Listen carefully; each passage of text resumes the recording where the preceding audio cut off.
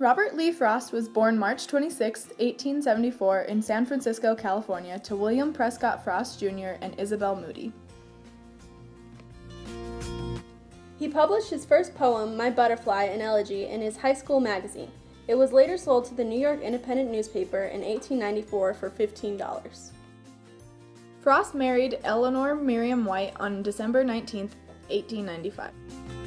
He became an English teacher at Pinkerton Academy, then moved to what is now Plymouth State University.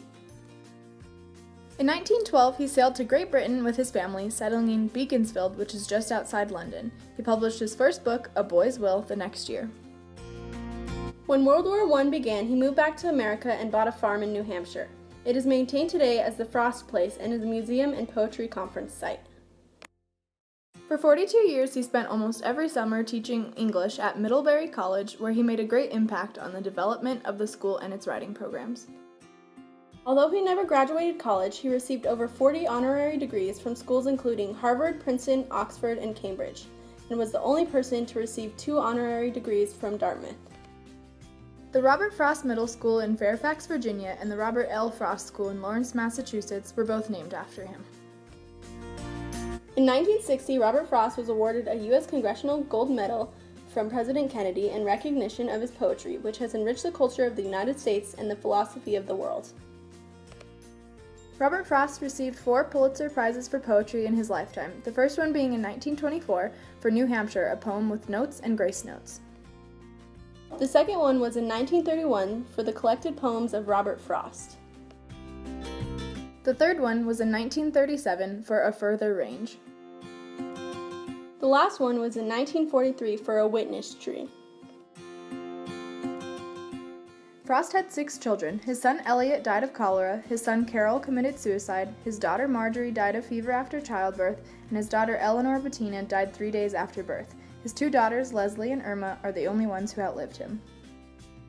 Frost's wife had heart problems throughout her life and developed breast cancer in 1937. She died of heart failure in 1938.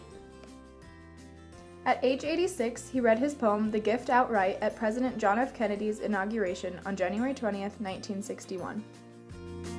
The font was too light for Frost to read, so he tried to recite the poem from memory. The ceremony also produced an unforgettable incident involving the late Robert Frost, as the poet sought to read his inaugural ode. I can't see on this slide. Is about the new order of the ages, that God, that in their Latin, our founding sages, God gave us his approval of. Let me have it.